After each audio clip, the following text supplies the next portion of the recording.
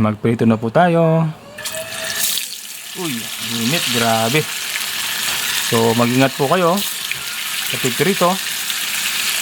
Ayan, tokwa po yan. Hindi po tayo gagamit ng baboy or baka.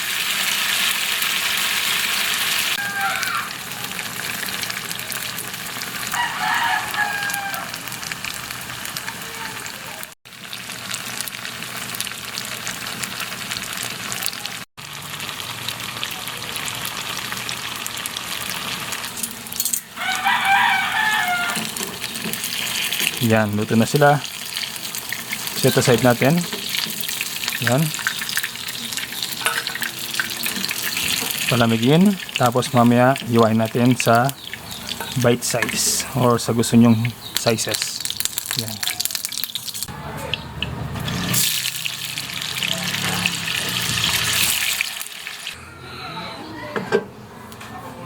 Ayan, mainit na po ang ating kawali at saka yung mantika. So magprito po tayo ng hipon. Yung hipon natin may balat. Tinabad na po ako actually. Yan. Season po natin ng salt.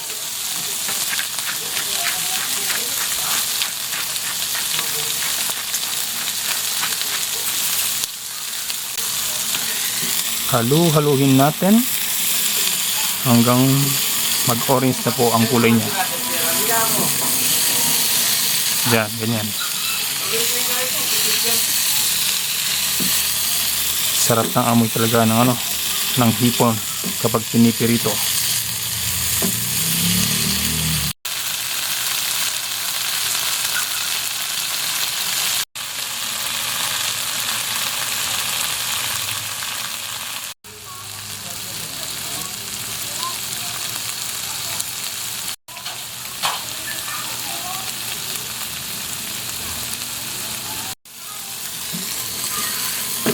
Yan makalipas ang ilang minuto, naging orange na po completely ang ating mga hipon. Grabe, ang sarap ng amoy. So pwede na po itong papakin. Set aside muna natin yan para mamaya.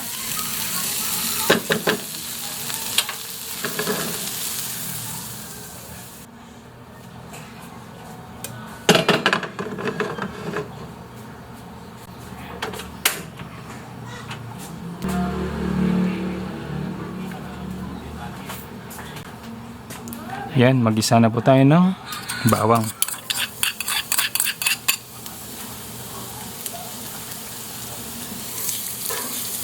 Hintayin lang po natin mag-brown ng bawang para garlicky ang ating ulam.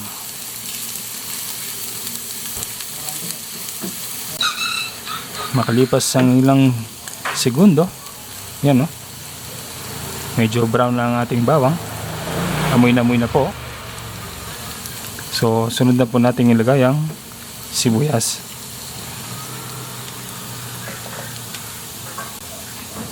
Sibuyas, dinuro ko lang po. Parang pang sisig po.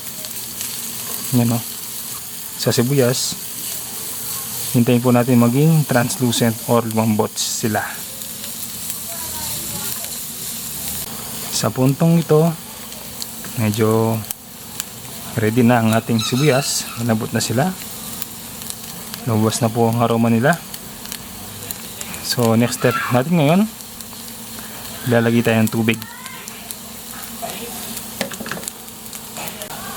Konting tubig lang. Yan.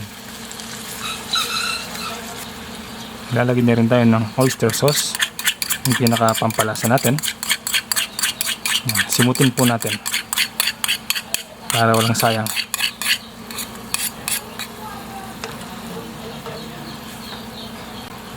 Maglalagay din tayo ng paminta, panlaban sa lansa. Meron din tayong patis. Yan, tansya-tansya lang po. Haluin natin.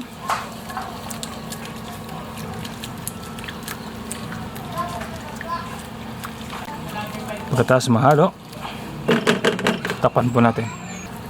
Wait tayo ng mga 3 to 5 minutes po. Yan. Balik po tayo.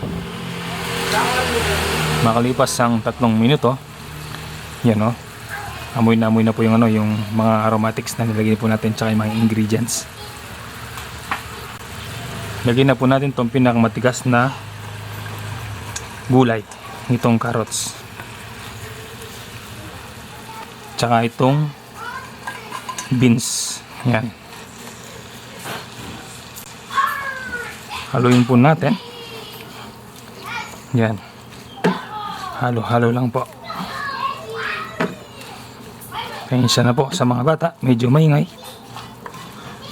Gaya po na sinabi ko, malapit po kami sa daan, kaya marami pong mga maingay. Pasensya na po. So kapag nahalo nyo na po, takpan po natin ng mga 3 minutes.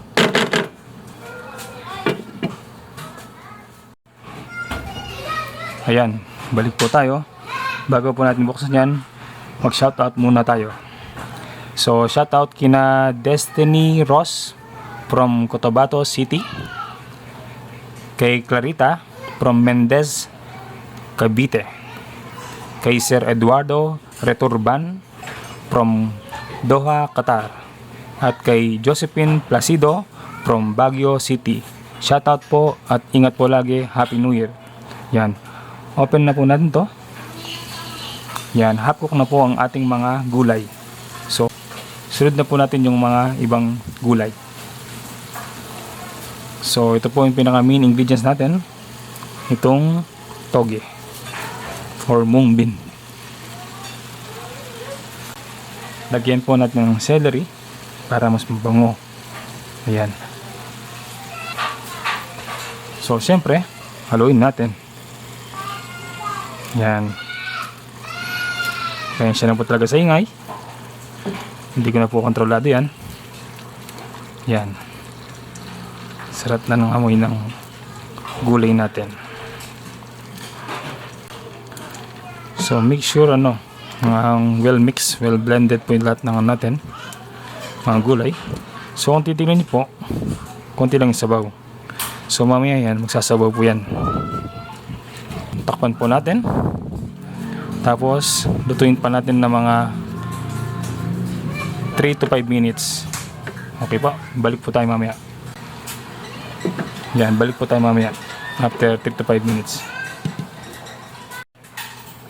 Yan, makalipas po ang 5 minutes, balikan na po natin. Sarap ng amoy, grabe. So actually, tapos na yan.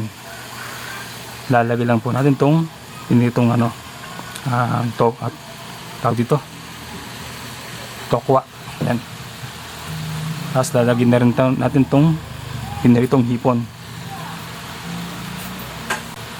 So gagawin lang natin yan, hahaluin. Sarap.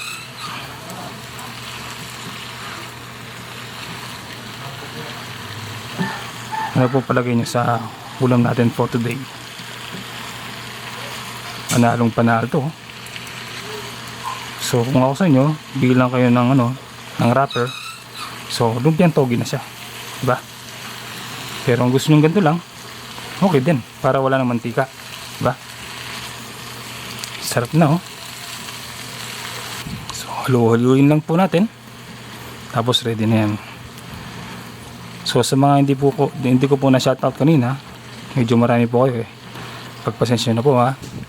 So kumukuha lang po ako ng random na nagpapa-shoutout po. Sana nag-enjoy po kayo sa video clip po namin, itong tutorial na to. Sana mayroon po yung nakuwang mga idea kung paano lutuin ang gulay na ito. So ini-invite ko po yun na mag-subscribe, like at mag-comment na rin po,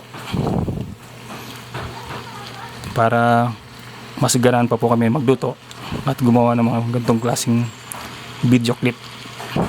Yan, maraming salamat po. Ingat po lagi. Salamat.